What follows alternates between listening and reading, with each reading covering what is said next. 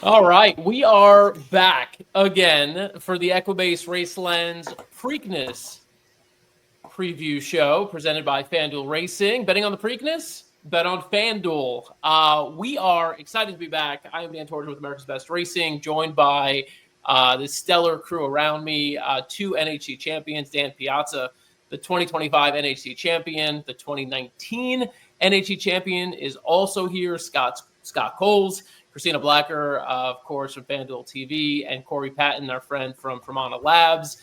Once again, another season, another injury for Corey, which we'll get to in a moment. We are all really just kind of stumbling across the finish line here. We're just catching our breaths from the Kentucky Derby less than 2 weeks ago. Now, of course, we've got the Preakness Stakes here. The Preakness card, Preakness Saturday, is a bunch of like everything. It's a mishmash of horses that some of them you may not have ever heard of. Some of them you might have heard of, but really a bunch of wide open races, great betting races. We're excited to dig into them. And we're going to, in just a moment, using Raceland, showing you all of the tools available to you. I wanted to start off by mentioning this time of year, best time of year to sign up for a Raceland subscription. You can get a 3-month subscription for only $99 using promo code TCRL99 at checkout on Equibase.com. Same thing with your Equibase past performances, your premium PP subscription, $99 using promo code TCEQB99 at checkout at Equibase.com. So we will give you those promo codes again throughout the show. If you're not convinced yet because you don't know what product you're about to see, stick with us. I promise you, we are going to dig into a lot of really, really good stuff. So we've got a loaded room. I want to stop talking. I want to get to the handicapping. We're going to jump around a little bit here. We got a full card of action Saturday at Pimlico Racecourse. The final Preakness at the old Pimlico before it gets torn down. Late June, early July is what they're saying. And at least for 1 year, the Preakness will be at Laurel. And then at some point, it'll return to Pimlico. So the last one at Old Hilltop as we know it. So let's make some money. Let's make it a memorable one. And we're going to start with race 12, Saturday, Pimlico Racecourse, the Dinner Party Stakes, mile and an eighth on the turf. Everyone's got an opinion in this race. Field of 13, one of the most competitive turf races you're going to find all weekend. Chance for rain the next couple of days, too. I want to hear if you guys have factored that into your handicapping. But let's just kick it off here with Christina. Christina, you're going with one of the horses who's sort of the favorite, but then again, I don't know who the heck's the favorite in this race. Yeah, I'm glad that you mentioned, Dan, about the weather because I was just checking that. It looks like they're expecting some rain pretty much every day leading up to Preakness Day and including a little bit on that occasion as well. There's a couple of notes I wanted to make just on a few horses in here, and then I'll give you my selection. I think you do have to start by taking a look at last year's winner. The 6-horse Balnikov won this race last year, and if you scroll down here and take a look at the conditions under which he won it, they had a lot of weather. It was a soft listed turf course. He rallied from off the pace. So you know this horse can handle it. He hasn't visited the winner's circle since then, but he also hasn't encountered a turf course with that much moisture in it since then. So he's clearly a horse that appreciates the give in the ground. You do need to watch the weather for him. I wanted to make a quick note also on the 9 Irish Aces. You look at his last race, gate to wire score under Ben Curtis. It was a very impressive performance. He ran with Lasix that day, which he hasn't been able to do very often. Now he won't have that on Preakness Saturday, but they also added the blinkers. You note that in the equipment. He seems to have really improved with the addition of the blinkers. So he's a horse that I think you have to consider if you're looking at, horses underneath. The 3 Signator also deserves kind of a quick mention. He's 2 for 2 on the turf course. Now I'm not sure who he's beating in those races. It was an optional claimer at Tampa, as you can see, the Henry Clark at Laurel. One thing I did kind of check with regard to him was to go to the pace projector page, and I was just curious about his late pace number and how that compared to some of the other horses in here, because it's always something that I factor in pretty heavily to my handicapping. His late pace number isn't very strong. You can see he's pretty far down on the list here. So while I think you can't ever discount a horse that is perfect on a particular surface, it does look like he needs to improve a bit. But the selection for me is going to be the 8 horse in this group, and that is Crystal Quest. I wanted to pull up this replay a little bit and just take a look from about the 3/8 pole home in his last race. It was the Turf Classic at Tampa, March the 30th of this year.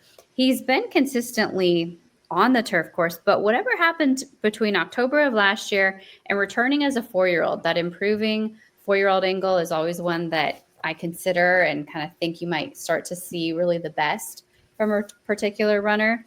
He is going to be absolutely loaded once we get the replay to load.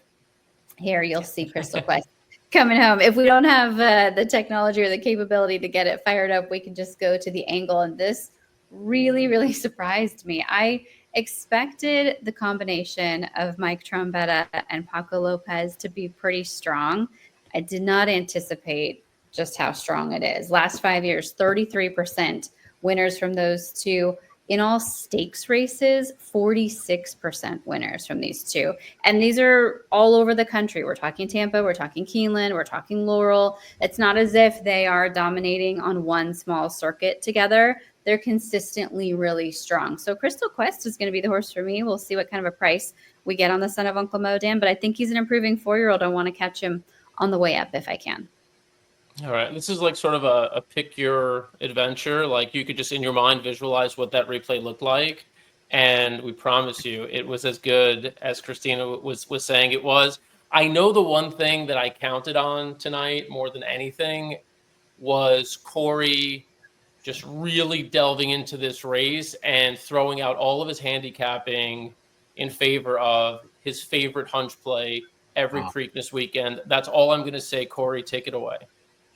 You got it. And I love the fact this is the dinner party because, like a dinner party, everybody's got an opinion tonight in this one. And I'm going to come back to that horse, which, God, it's a callback to last year, this exact same thing 365 days ago. But I don't think that horse is going to win. I like it a little bit underneath, but I'm going to go another way just so that you can check my French.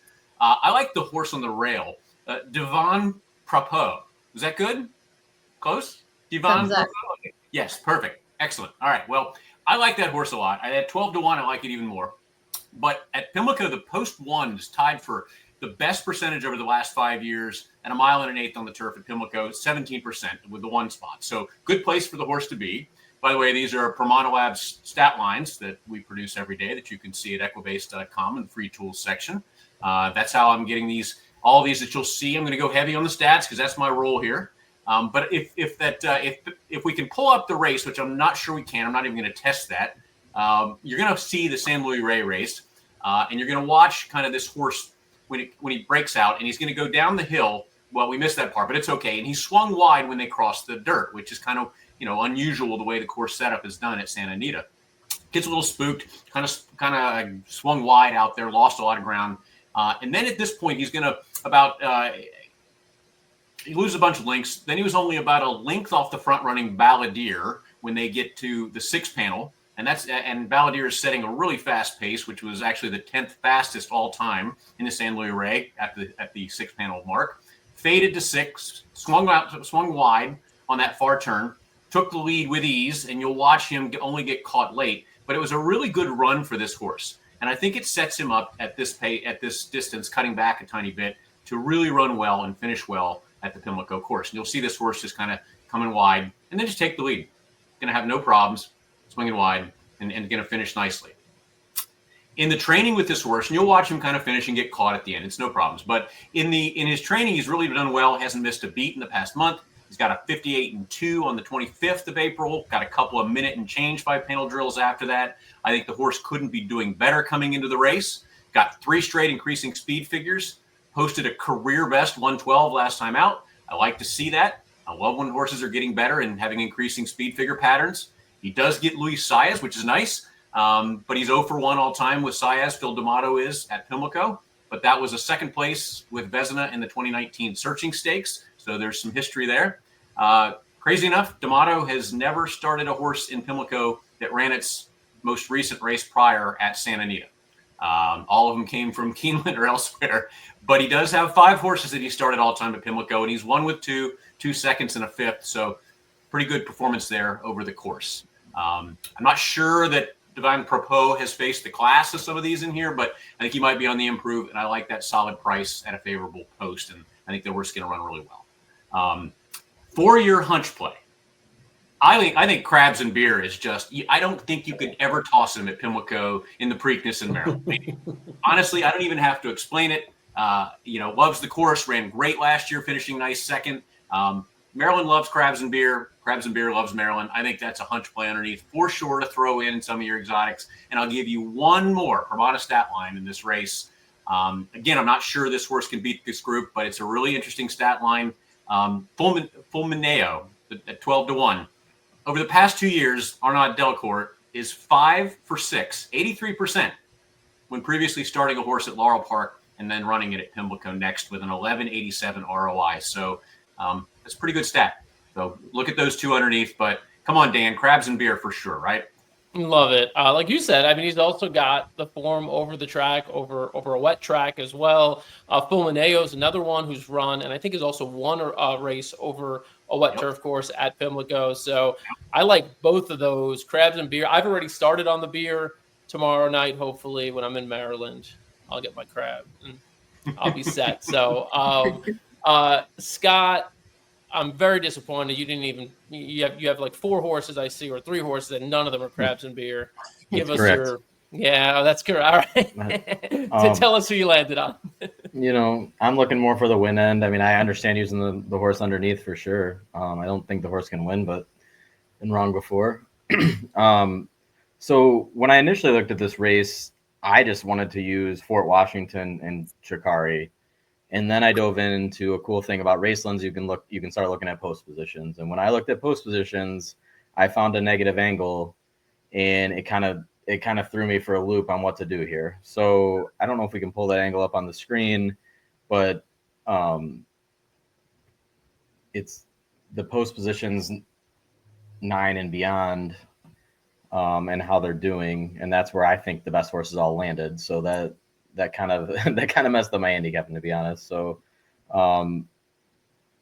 see if we're gonna be able to, if it flags. Like the cool thing, there it is. So you pull it up, it's a dead red angle. I mean, it lights up like a Christmas tree on your thing. So like every outside post is just, you can go back farther, but like in the last year, there's been one on that they're 1 for 41. I mean, that's alarming to me. And it's not all bad horses. You go back a little bit further, there were some horses that won. And if you go way back, I think Catholic Boy won this race from like way outside. But Catholic Boy, in my opinion, was much the best horse in that field. I'm not saying it can't happen, and I probably have already put one of the outside horses in the winner's circle by proposing this, but it's going to make me spread and hope that I can get a price on the inside, because that's where the prices I think will come from. I still think these horses will take some money, and I think they are the best on class and form, but I'm probably going to use them as like soft A's or B's and focus on some of the other ones and try to get a price. Also, I like journalism in the last race, and that'll kind of like open up some possibilities to actually get paid, or else you have to play super skinny to not overbet.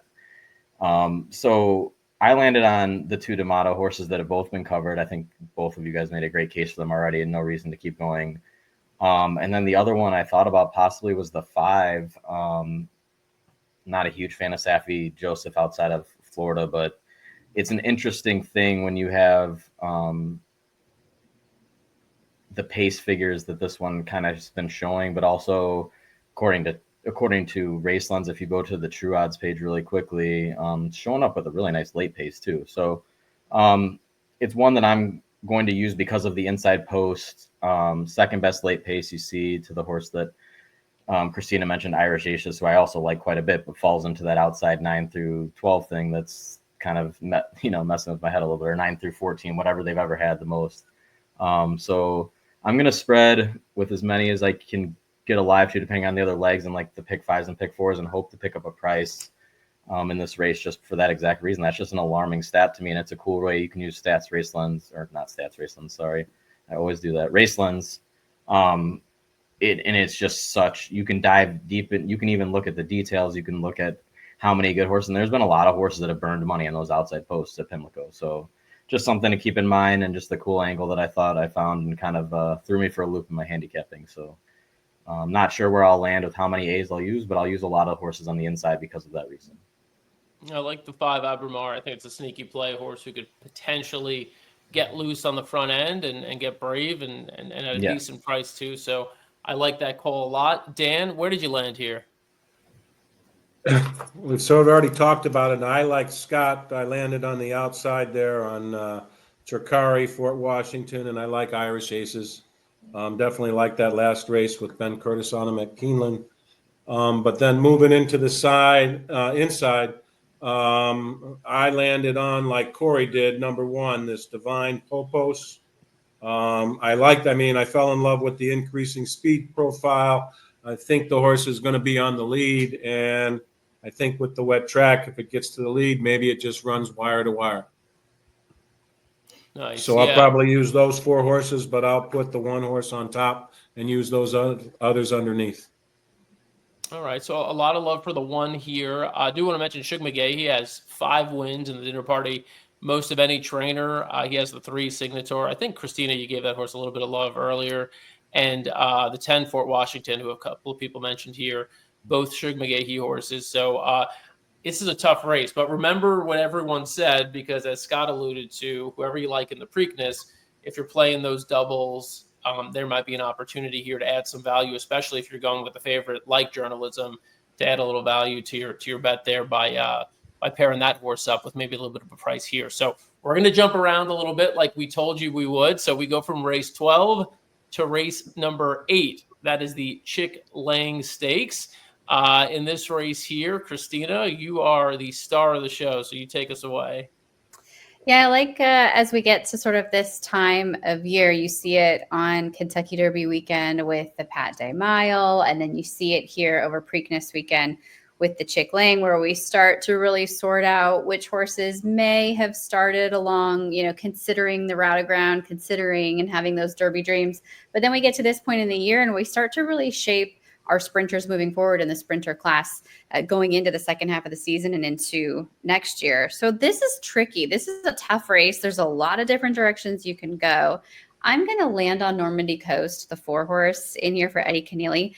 I've tried to play this horse back so many times. He's been entered a few times since that last race in the Palisades at Keeneland, and he scratched a few times. So definitely keep an eye on your scratches and changes. But Eddie Keneally's barn has been really strong right now. The angle over the last 90 days for Eddie Keneally in stakes races, 33% winners, 67% in the money. And I think this is one of those barns that he doesn't keep a huge, amount of horses, but when he gets kind of a good class and can really get them to the point where he's targeting and finding races that fit the conditions he's looking for, they're really strong. So it's not a huge sample, but if you're looking at 3 stakes victories and 9 starters over the last 3 months, that's really strong. So I'm going to end up on Normandy Coast in here. I've loved his recent races just in general. If you look at his form, he's a horse that is 3 for 5 lifetime. And I think you can make some excuses in the 2 losses on his form. His debut was a loss. That was his first start. Always willing to give a horse a pass first time out. He didn't run terrible. He ended up 4th across the wire. And then in the Gotham, they tried to go a little farther, but he also stumbled coming away from the starting gate that day. Might have just grabbed himself a little bit. He was eased in the end, so completely draw a line through that one. So I like Normandy Coast in the end. The other horse that I'll definitely take a strong look at in here, but he'll be a much shorter price, is 1-900, the 8 horse for Tom Morley. His last race was really impressive. We can see if we can't pull up that last quarter mile. It was at Aqueduct. It was March the 29th. It was just his maiden breaking score, so keep it in context. He is defeating maidens in here, but he's faced some tough horses in the past. Colloquial, you can see in his form, 2 starts back. A nice horse that would come back to win a stakes race, beat him last out.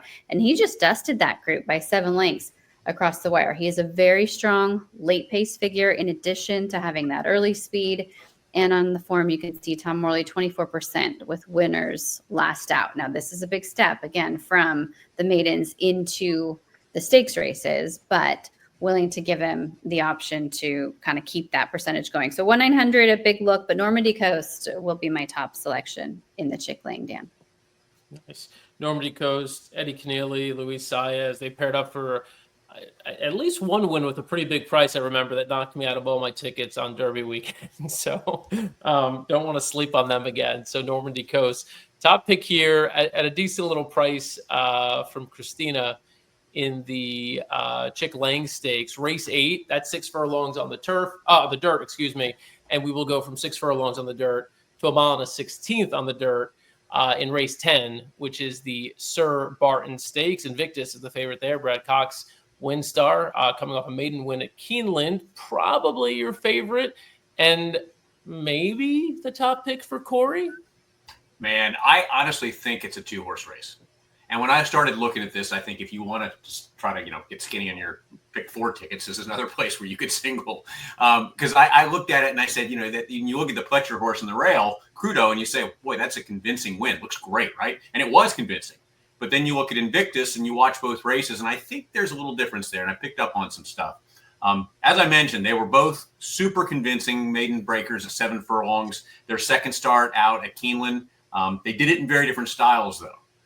Crudo had kind of a lot more to give and was never challenged, bested a pretty weak field and set some pretty soft fractions. I mean, I think they went, 24, 47 and 4, 112 and 3, and then finished in that kind of pedestrian 128 and 2 and just kind of cantered home. Had a lot more to give. So it was really hard to know what to make about that horse's performance. Won easily, had a lot more you'd think, but you're not sure. He wasn't really tested much. Then you watch the Invictus race on April 9th, a couple weeks earlier. And I mean, that horse had to really work, to run down those front runners in that race. And I think they're pulling it up now. And kind of if you scoot ahead a little bit, you can see that, Pratt really starts to work on this horse as they're going into the far turn. And you would think these other two are gone in front of them. I mean, those horses really set out legit fractions at 22 and change, 110 and change, finished up at 123. Honestly, those are nearly the same fractions as a winner's race later on in the card that day as well. So, I mean, legit fractions for this company, and he'll just keep working on this horse. And you think he's kind of dead in the water there, but then just finds his best stride super late.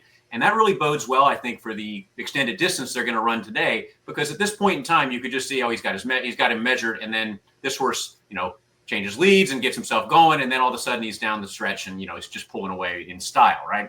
So I think this experience, that adversity, going 5 and 6 wide, I think it's really going to help him. And I think he's going to run down Crudo in the end. And it's not a huge price, but I think he's going to win at 9-5. And if you look at the pedigree on this horse, I mean, come on. It obviously was a very expensive purchase, but that damn Serengeti Empress, I mean, what a world-class race mare. I mean, she ran in 17 graded stakes, won 5 of them, finished in the money 11 times.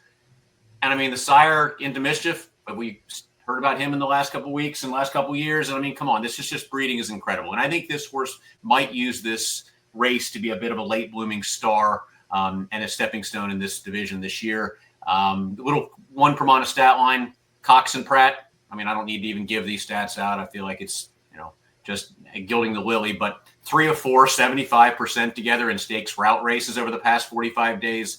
At 9-5, I don't think you'll even get that, but it's a 2-horse race for sure. But that's one I'll probably single in those multi-race wagers.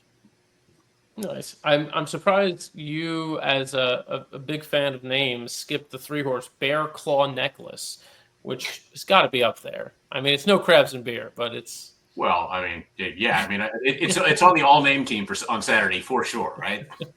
You I love it with the all names. Yeah. Before we get to our next race, Dan Piazza, I asked you this before we started streaming.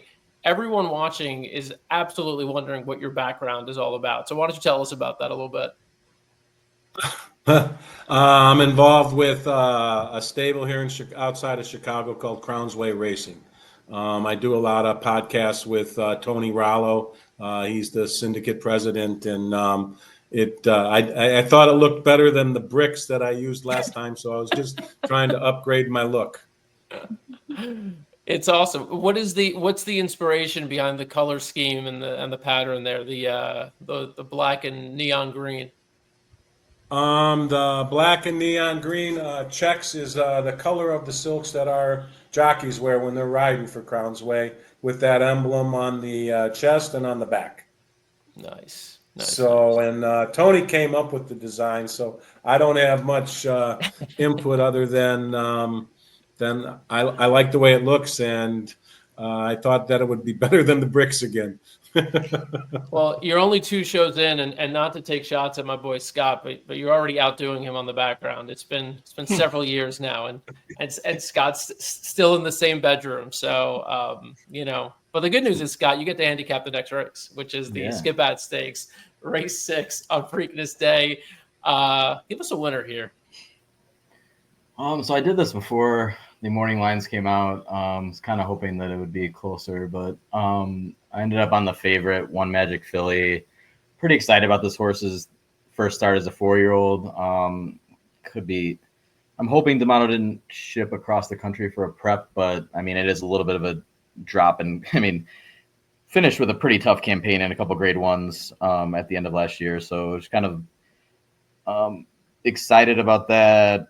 Copian just came back and ran a monster race on Derby Day. I know Christina really liked that horse. That was fun to watch. So that kind of flatters the form at the end of last year. I think this horse ran 2 to 3 races that were better than anyone in this field as a 3-year-old. So if there's any improvement whatsoever, I'm pretty excited. And it's a horse I'm going to single. And also Pratt excels with this situation.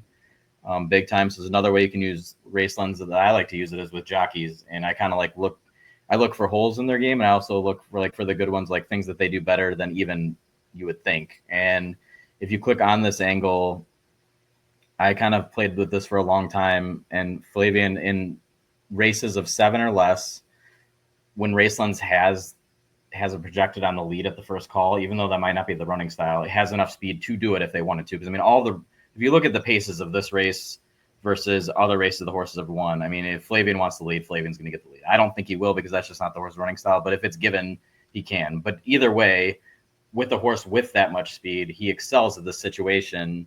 And in the last year, I mean, you can filter back, but in the last year alone, 55 starts, 40% winners. I mean, with an 8.5 success score on here for Pratt, I mean, you're never going to get a great ROI on Pratt because he's on so many great horses. Because why would you not put him on your best horse? I mean, he's unbelievable. So, but even for him, these are pretty ridiculous numbers. So he's not going to lose it when he has this kind of speed. And I just think if the horse is ready, which I'd hope shipping across the country, the horse is ready. That's why you're doing it. I'm pretty confident in Flavien's ability, and this is just like right in his wheelhouse, like smaller fields and just controlling the pace or being right on it and just having, I think he's on the best horse. I just think, I think it's a great spot. Yeah. And I think to your point, I mean, you said, this might be a setup for something else. I mean, even if it is, I mean, just on class, yeah, she's the best. I mean, looks like the best horse on paper. She's the most lightly raced, and still she's, kind of got the most experience in graded stakes company, with the exception of maybe Zeitlos, who we've seen a couple of times. So I like the call. I'm all for that. As you're watching this and you're wondering, okay, these are great, now I want to bet them. Reminder, you could bet with FanDuel Racing. They have all the ways you can bet the big race. So what are you waiting for? Download the app, bet the Preakness on FanDuel Racing this weekend. You could also bet all these awesome races with all the insights that you're getting here on Race Lens. All right, next up is going to be another great turf race. It's race 7, the Gallorette Stakes. Another one that I struggled with, just kind of, looking through the field here, but not a struggle for Dan Piazza. He's got a confident play for us. Dan, who do you like? Well, it was definitely a little bit of a struggle, Dan, going through this here. I see the race setting up to be a fast pace. Going back and forth between Race Lens and looking at also Formulator. I sort of ended up landing on 3 horses here. Ocean Club, the 3, Queen of the Mud, the 2, and Way to Be Marie, the 9. I was looking a little bit at the 8 horse, Sparkle Blue. But that's sort of where I ended on my, first filter through. And then it sort of got tough just looking at the races. So one thing that sort of stood out as I, sort of looked at the past performances of these horses is that Way to Be Marie doesn't have a lot of graded stakes experience. And I think that I give a lot of weight to a horse that's been in a graded stake and performed versus non-graded stake or any type of an allowance race or anything like that. Queen of the Mud, Flavian's got the mount. I like Flavian, but there's only one graded stakes race in that. And so I ended up landing where there was some value on Ocean Club, the Curlin horse. I like Johnny Velasquez that's riding it. And as you go down through the past performances, you'll see, as compared to the other 3 horses that I was looking at, there's a lot of graded stakes experience there. And I think that horse is going to, go to the lead. It's going to be right there with the 3 and the 4. I think the 4's going to go, and I think the 3's going to go. And I think in the end, I believe in the end that the 3 Ocean Club's going to end up being the winner. Right, Ocean Club on top for Dan. I've seen the trainer Bethany Baumgartner. Do we know anything about Bethany? No, I do not. Other than I'm believing it's a local trainer. I Christina, think we're looking at you. Yeah, I know. You're our only hope here. And I might need to phone a friend because Anthony Pascal gave me this answer a couple weeks ago, and we'll see. Oh, really? I think she may have worked on the farm at Glen Hill, and so they have that association where she's, been a part of kind of the team for a long time, but maybe not listed as a trainer. I'm pretty sure, but I'll reach out for confirmation. Yeah. Well, here are the numbers, right? I mean, we at least know statistically who she is, which you can find pretty quickly. If you're like, hey, who's this trainer?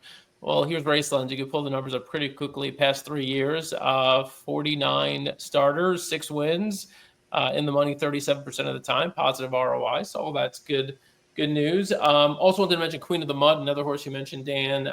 Grand Motion trains.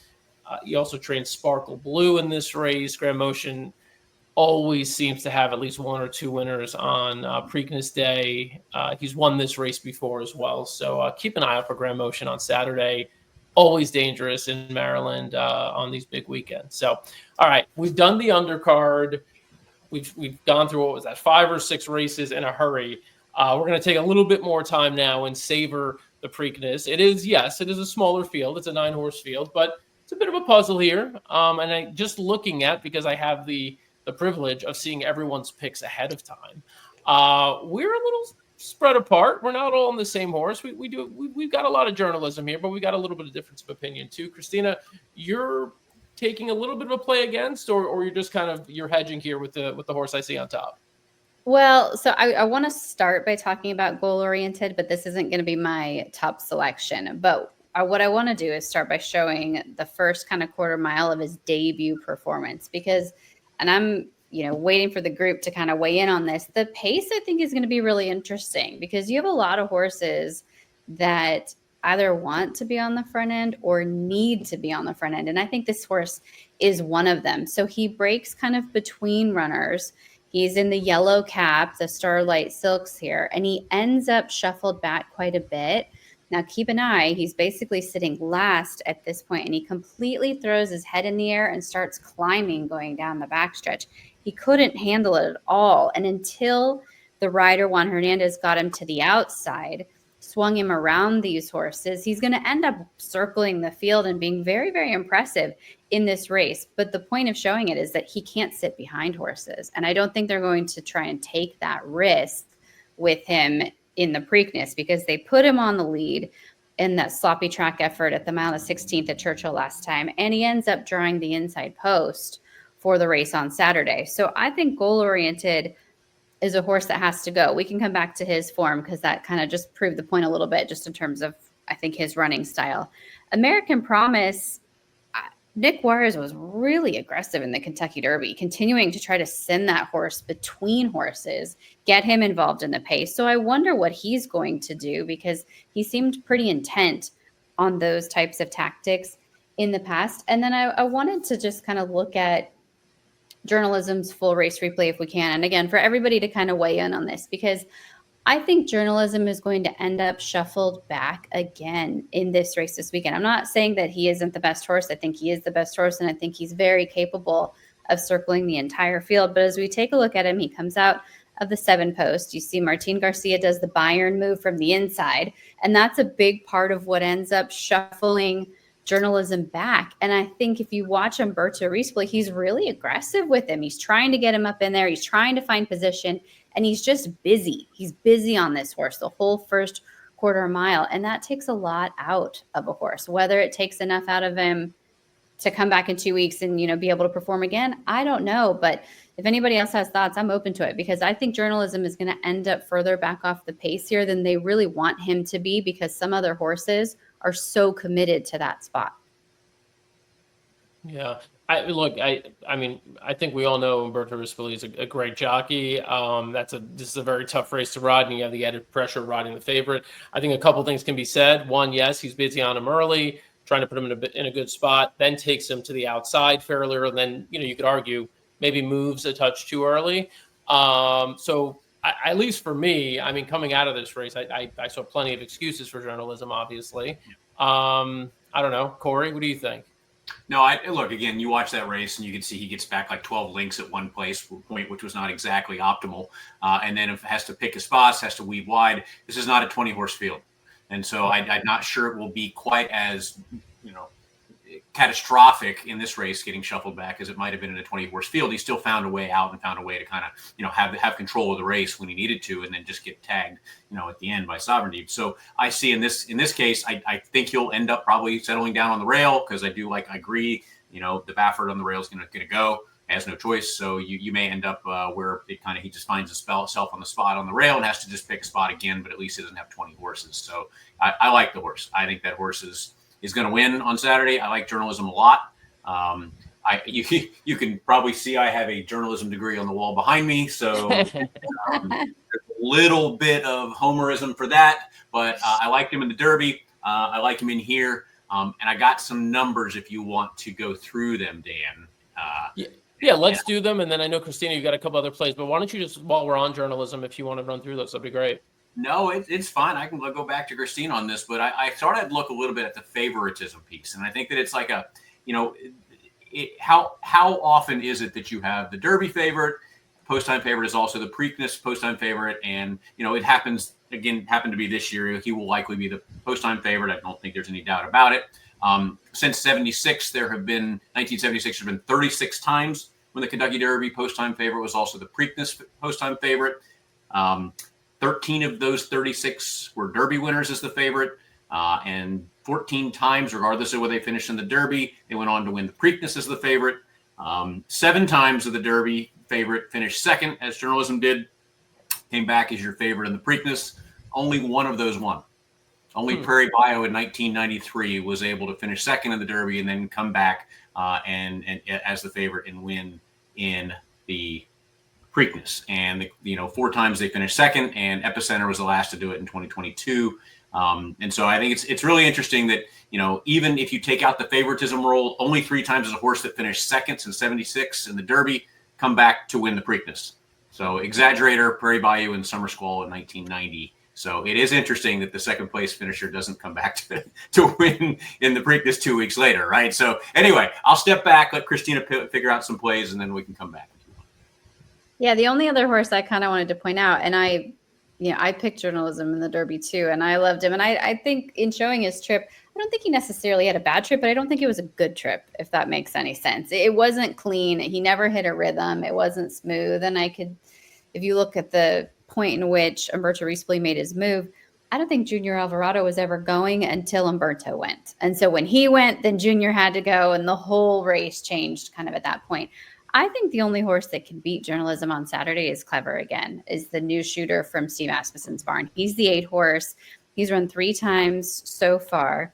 He was second, only beaten ahead in his debut. And actually, if we want to open up that chart really quickly, the horse that beat him, horse by the name of Dream Away, this is a horse that is a Wesley Ward runner, clearly very precocious, a horse that was very, very forward at that point, a 2-year-old at 4.5 furlongs that beat him by a head. And I think you can't, hold that against a horse like this, American Pharaoh out of a Galileo mare. This is a horse that was exceeding expectations to be that precocious early.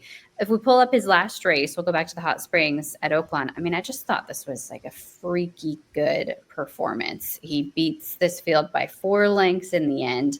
Gaming was in this field. The Bob Baffert runner is just sitting to his outside, the 7. And it was as if tactically they kind of Bafferted the Baffert horse, if that makes sense. Like, let's just go to the lead. Let's take it to him and let's see if they can play, come and catch me. And they couldn't. And this horse's ears are going back and forth. He took a huge step forward in his speed figures. I'll be curious when the Thorograph figures come out in the next couple of days, because I do have some concern as to whether or not he can come back and replicate this race, and if he's going to regress off an effort like this. But I was really impressed with it. And I think the fact that he draws the 8 post to the outside, I'm not sure if he needs the lead or not. I know he's naturally quick, but I don't see Jose Ortiz as one of those that is going to get too aggressive and involved in that early kind of pace scenario. So if Journalism sits off the pace, if you get that speed from the inside with Goal Oriented, with American Promise, and anyone else who wants to go, maybe Pay Billy is up there as well, then Clever Again can be right there, and he's almost riding the race to be following Journalism throughout. And if he is as good as that race at Oaklawn would lead you to believe, I think he's a win candidate on Saturday. I was watching that replay earlier as well. I mean, I came away thinking that he just did it so easily that, there's still just a massive ceiling. I don't know that there's going to be much regression there, to be honest. The other interesting thing is you mentioned Jose Ortiz, the regular rider for Sandman. I did put in a call to a source to figure out what that was all about. And I mean, the way it was described to me was as simple as, they were going to the Belmont, and that's what Jose thought. So he committed to the ride on Clever Again. Now, whether or not, he had any second thoughts or doubts once, he found out Sandman was going and any change could have been made there, I'm not sure. I actually think Johnny is a better fit on Sandman personally.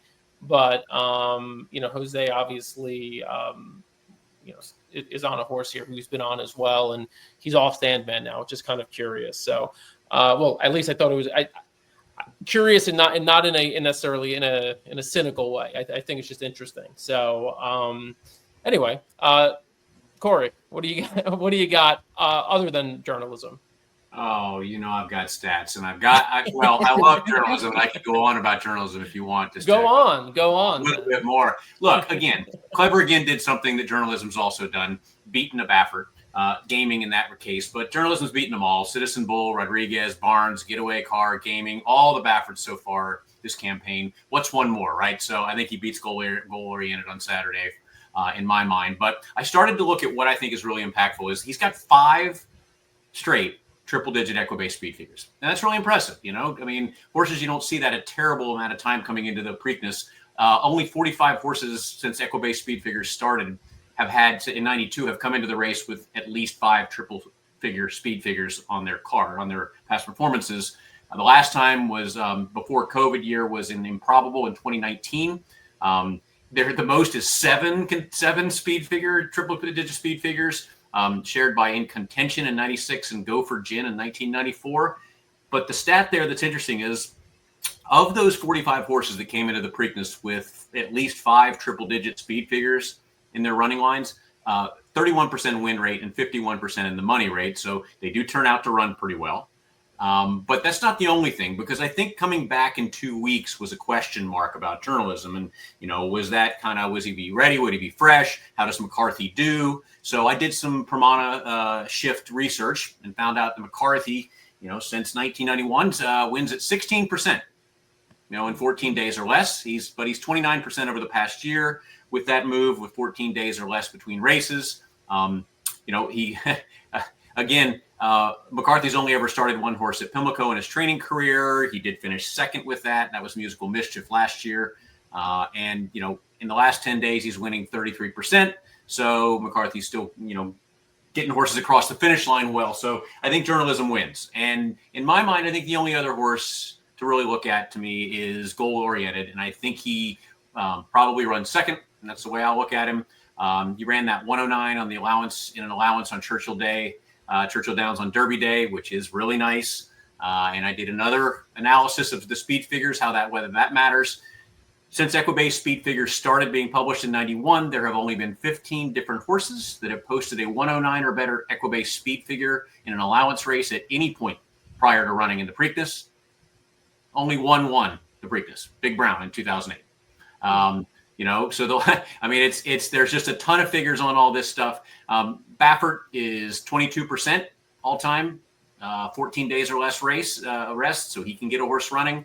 2 for 2 so far this year, making that move. But he's 0 for 7 in his since the beginning of 2022, moving from a 3-year-old from an allowance optional claimer to a graded 1 stakes. So I think that will bite him with the step up this time. So I'm all in on journalism, but I do think Oriented will run a very credible race on Saturday. And you mentioned Baffert. I mean, obviously he's come back. He won with National Treasure, the Preakness. I think that was 2 years ago. I'm losing track of time. But he didn't have the best of weekends at Churchill. I think he finished second in one of the stakes races. I can't remember with which horse, but overall a fairly disappointing weekend from out there. It seems to me, just based on what the Starlight team is signaling, I mean, they seem very confident. They seem very excited about this horse. I think it's a tough task off of that allowance win to jump into this company. And I mean, I know this is not, the greatest Preakness field of all time, but I still think it's a tall task. But and I think the price is going to be a little short too, so I might stay away personally. Scott, I know you're all journalism. I'll let you make any points that haven't been made. And also, how do you bet this race? We talked about doubles before. What do you do from a betting perspective? Yeah, I just think there's not too many big fields to pick apart. So, like I said, I'm hoping I can get a price in the dinner party and maybe get some doubles going that way, and also get, single and pick 5s, pick 4s, and maybe the pick 6 if I like it enough. And just try to get alive to as many. I mean, on Derby Day, that was heartbreaking for me. I was alive in every single way possible. And if Nisos would have not lost that photo, I would have been alive to like amount of money that would have had me like screaming on my floor probably. But so it was, it was just a tale of 2 races there. But I mean, I have a similar approach again. I mean, I got alive what I wanted to. I got alive to journalism for a ton of money, and I'm going to try to do the same. It's just a lot harder to do on Preakness Day with smaller fields. So you just got to hone on your opinions a little bit tighter. I would say there's just not nearly as much money coming into these pools as Derby Day, but there's still a lot. I mean, still more than a lot of other days. So, I'll just be singling in multis, and maybe depending how the track's playing, try to throw some bombs underneath them and some tries and stuff. But I'm just not in love. I'm not in love with anybody except for journalism in this race. And I think this is the plan the whole time. I mean, planned on winning the Triple Crown, right? I mean, they thought this horse could win the Triple Crown. This was the plan. They were training him to run back in 2 weeks after the Derby. I don't think anything's changed. I think I'm happy that they're sending him. And I think the California races were the best. They were the smallest fields, but they were the best. I mean, I think Baeza shows that those fields were no joke. I mean, even in the San Diego Derby, I mean, they come back and run 2-3 in the try, and they easily could have been 1-2. I mean, it was Sovereignty it was just a great ride following journalism, who, like you said, arguably maybe moved too much. Christina pointed away about a lot of, wasted energy early on. I won't be worried about rain because we've seen it now. So that takes a big question mark out of the equation for me, but I'm not sure. I'm not sure it was his favorite. I don't know. I still think I'd rather see a horse coming from behind not have to run through all that and stuff, like when you're taking all that kickback. So, I mean, I would prefer it to be a faster track than it was, but at least we now know there was nothing to be ashamed of about that Derby performance, where I'm not scared of the mud at all. Like, no matter what the conditions are, this horse, if ready, is going to show up. So I'm just going to single in everything I can and just go from there. I know that 4 to 5 is probably the best I can hope for. But I mean, that seems fair to me, judging by this field. Somebody's probably going to jump up and run a big race. Clever, again, definitely on my radar as a backup, and maybe even the 9 horse that I don't know how to say the name of. I think that horse is interesting, honestly, but just because lightly raced and improving, similar to the others, but might be a little more under the radar. And I still have a lot of work to do on Heart of Honor, because I wasn't impressed with the horse that Heart of Honor lost to Admire Daytona, but we finished last in the Derby, so yeah, exactly. I mean, there's nothing there, but I mean, I just don't know enough about the horse to make an opinion yet. I have a lot of work to do. I know Dan's going to cover the horse a little bit, so not gonna waste too much time. I think journalism, the length and a half of being a legit Triple Crown contender, and I'm excited to see the horse run. I mean, maybe I'll be wrong, but if I'm playing journalism, I'm not playing other horses, right? Like that's the worst thing you can do. Play a 4 to 5 shot and then use a bunch of other horses. Then you're just betting against yourself. So like you either need to single and get skinny with your betting to not waste a lot of equity, or you need to spread, and I'm going to single again. So, okay. And don't count out the possibility. I mean, like with, some of these other races leading into this one, I mean, there is rain in the forecast in the days leading into Preakness Saturday, but Preakness Saturday, as of this recording, very small chance of rain on Saturday itself. We'll see how the track dries out. So there is a good chance we might get something like a good turf course and a drying out, dirt. It's going to be in the 80s. So, I mean, it can dry out quickly. I mean, I think there's opportunity for both, but I mean, it's just, man, weather forecast, good luck. I mean, everyone I look at, it's a little bit different right now, depending on what side I pull up. So, I mean, I won't get into my opinions on weather forecasts. So that's a different podcast. Dan, I know you like journalism as well, but you also had your eyes on a couple of other horses. I'm interested to hear your cases for all of them for journalism, and then a couple of the others. Yeah, thanks, Dan. I mean, I believe, like everyone else here, that journalism is the horse to beat. If I'm looking back at this Preakness and looking at some stats of the last 12 Preaknesses, I know that the half-mile leaders produced 5 winners, 1 second, and 2/3. So you got to be on the front here. I think in this race for the horses that we want to win, the 6th post is the most winningest post. 17 Preakness winners have come out of the 6th post. Journalism, the only thing that concerned me here is I saw some late pace Brisnet numbers that came back. And if you look at his late pace number in the Kentucky Derby, it was an 88. If you look at all of his prior races, they were all over 100. That San Felipe was 113. The Santa Anita was 109. So, not being fresh and maybe having a little bit of trouble, or was there something else going on, or why is that late pace number there? But is that enough that maybe he's the horse that comes in second? That's what I'm thinking. With Heart of Honor, I mean, there's 9 horses here. So the way I sort of see the race unfolding is I've got Clever Again, American Promise, and Goal Oriented on the front. And then I've got, River Thames, Journalism, Pay Billy, Gosger, Heart of Honor in the middle there. And then Sandman's at the back.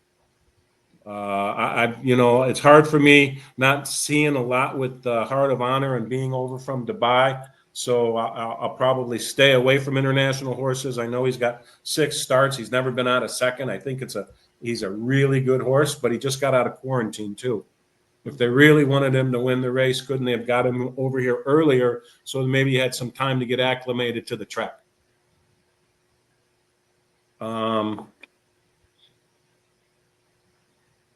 So Clever Again. I definitely like Clever Again. I mean, it's lightly raced. Asmussen trained. Steve's won here before. You got Jose on it. It's well rested. I also like River Thames. And that I think that the Florida Derby, or the horses coming out of the Florida Derby, were a little bit stronger than the California Derbies. And I know that's different from what Scott's thinking, but that's where Sovereignty came from.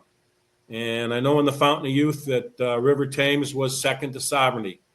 And so Todd Pletcher doesn't usually point horses towards the Preakness. The connections and everybody, he had a chance to go to the Kentucky Derby, and they decided not to and point to this race. So I'm thinking that Todd's got this horse fresh, and he's been able to get him to do some additional works, and he's got him maybe a little bit faster. But I think with the stars aligned, that River Thames is going to be on the front, and I'm going to see Journalism underneath. I think Dan's onto something here. We haven't really spoken about River Thames all that much. Interested to kick it back to Christina to see your thoughts on this one. I mean, to Dan's point, this horse is beaten in the neck by Sovereignty, right?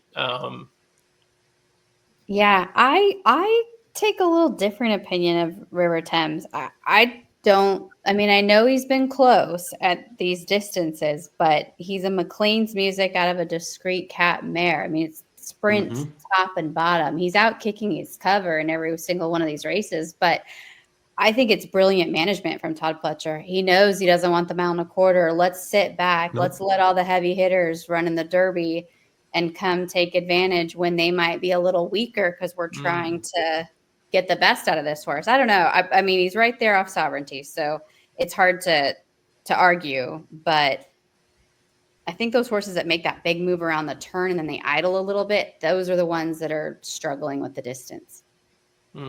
So you don't think even if everything breaks right for him and maybe if journalism's a little short and some of these others No, I think it's possible in this trip. It's Yeah, possible? and I think, yeah, definitely. And I think that's what Pletcher was thinking by skipping the Derby, you know, wanting to, you know, take on those horses when they might be a little weaker. Probably hoping journalism wouldn't show up too. Yeah. Exactly. Yeah. But, Yeah. Corey, your thoughts on this horse? I take a little different opinion as well. I think because as much as his form was flattered by Sovereignty in the Fountain of Youth, came back in the Bluegrass, and the horses East Avenue and Burnham Square in front of him didn't really do much in the Derby either. So I don't know. You could look at it both sides. That's a good point. It's a very fair point. And it's all about like race dynamics and how the race is set up. Those races set up. River Thames found himself on the front end there. You know, looked like he was going to win the Fountain of Youth. I mean, the crazy thing about Sovereignty is that, I mean, everyone around him said that he wasn't even fully cranked for that Fountain of Youth and did that on about 70%, which is kind of. Well, he probably wasn't, judging by how he ran back. Exactly. And Corey's then the other point there, I looked at it being a positive point. I mean, I thought that Bluegrass, when it first ran, a lot of the comments and critiques were coming back. It wasn't a strong race, but I think it was a lot stronger than we thought. And, you know, both Burnham Square and East Avenue did well in that Bluegrass, and I thought they did okay in the Kentucky Derby. They were both there in the first half, so that was a positive reason for me saying, okay, River Thames hung with them, and they're not around in this race, so he's got the chance. What do we think about Sandman? And I hate to go back to, you know, have Christina play imaginary person in the barn with this whole shoe and foot issue. Yeah. What do you know about that, Christina? I don't have any. I haven't been around the barn very much, so I'm not positive. Like I don't know anything since the Derby, but I do know that they were working on his feet a lot the whole week in Kentucky. You could just tell. Yeah, and he's a fun horse to watch. He just needs a pace setup. He just needs the race to fall apart for him. I don't know if he gets that on Saturday. Yeah, to Dan's point, right? You got to be up close, right? Does anyone see a scenario in which Sandman can pull something off here?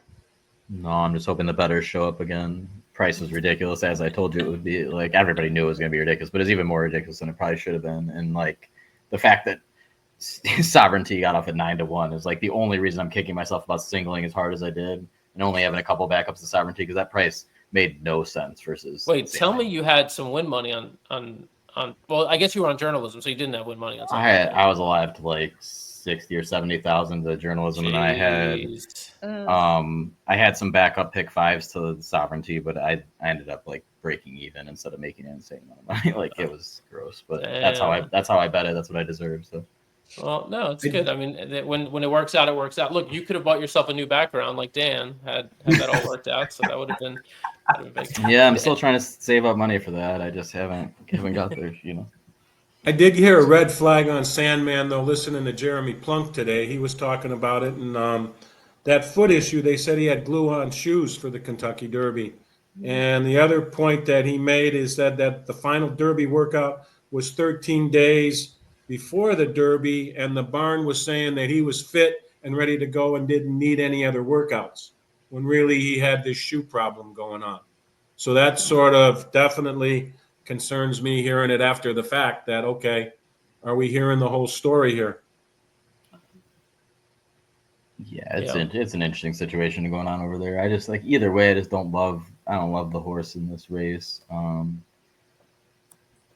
We'll see. I mean, I just think if you're gonna have someone who's gonna be closing or coming late, I'd much rather have journalism. I mean, they both have the same excuse of, you know, having run 2 weeks ago. So it's not like Sandman's coming in with 5 weeks rest or something, you know. So For Cassie, an interesting fact is that War Will and Sandman have the exact same record coming into this race. 9 races, 3 wins. They were both tied for 7th in the Derby.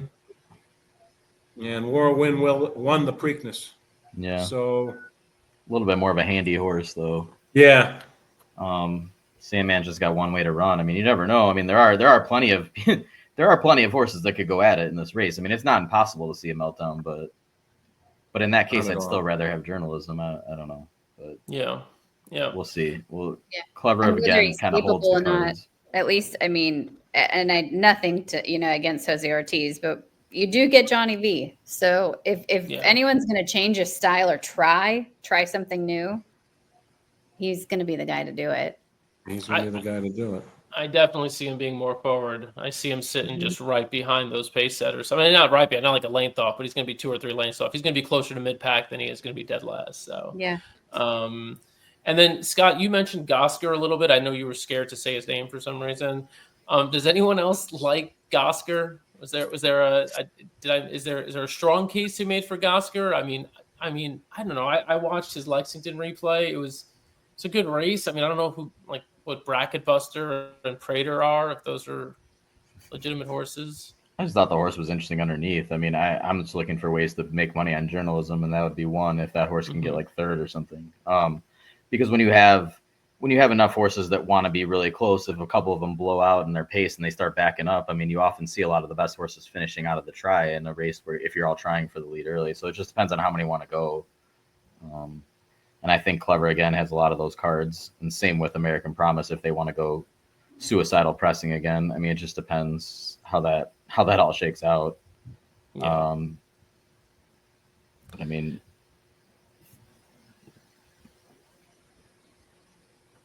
All right. Well, let's do this. Since we're all looking for ways to make money, let's play a little game to close this thing out. It's called the Imaginary $100 Exacta Bet. A couple of days out, I gave you each $100. Not really, but let's say I gave you $100. You're on the FanDuel Racing app, and I tell you, the only way you can bet this is a $100 straight exacta. Christina, you start. What is your $100 straight exacta? Gosh. Come on, you can do impossible. Well, It's I would free just have money. to take journalism second, right? And I'm going to take Clever again because I think he's possible, as a win candidate. And I really don't think anybody else can. I'll just take Clever again over journalism. Okay, $100 straight exacta, Ice cold. 8-2, ice cold, Clever again over journalism. Dan Piazza, what is your $100 straight exacta? River Thames over journalism. Ooh, okay, a little 6-2 exacta for $100. Corey? Journalism over goal oriented. Okay, 2-1 exacta for $100. And Scott, your $100 exacta is? journalism over Clever again. Okay. 2-8s. We've got some 2-8s. We've got some 2-1. And then we've got the 6-2 River Thames journalism exacta. So I like Clever again as well. I think so. This is emerging now. Like, I guess Clever again is sort of maybe the consensus number 2, but then we've got love for River Thames and goal oriented as well. I think American Promise might do something sneaky here. I don't think he's going to win, but I think American Promise is going to go fast early and is going to hang in for something. It might be 3rd, but just for fun, I would do $100 straight exacta, 2-3 journalism over American Promise. I was hoping they would make a jockey change there, but Yeah. Oh, come on. I just like the horse needs Flavian. Everybody needs Flavian. I know. I need Flavian. Dan, I feel like last year when we were talking about this, you at the end of the show like this called out a horse sees the gray for the coach. I think and now you're doing the same thing with the coach again this year. So It's always my parting shot. So, all right. Crabs Well, and this gear is and the coach. exactly. Crabs and near the coach. And sprinkle in a little Grand Motion and Old Bay, and you're doing just fine. And so that's the recipe. Scott, Corey, Dan, Christina, thank you all so much for making the time to do this. This has been a lot of fun. I want to remind our viewers here, if you like what you saw, if you want to dive deeper into Race Lens, right now is the best time. there is the Equibase Triple Crown season savings, 3-month Raceland subscription right now for $99. You go to equibase.com and use promo code TCRL99 at checkout. Same thing goes for your regular Equibase premium PP subscriptions. Those are also $99. Promo codes on the screen. Just go there, TCEQB99 at checkout, equibase.com. Thank you again for watching. This has been the Equibase Racelands Preakness preview show presented by FanDuel Racing or the FanDuel app. And so download it, play. Good luck this weekend, and we'll see you next time.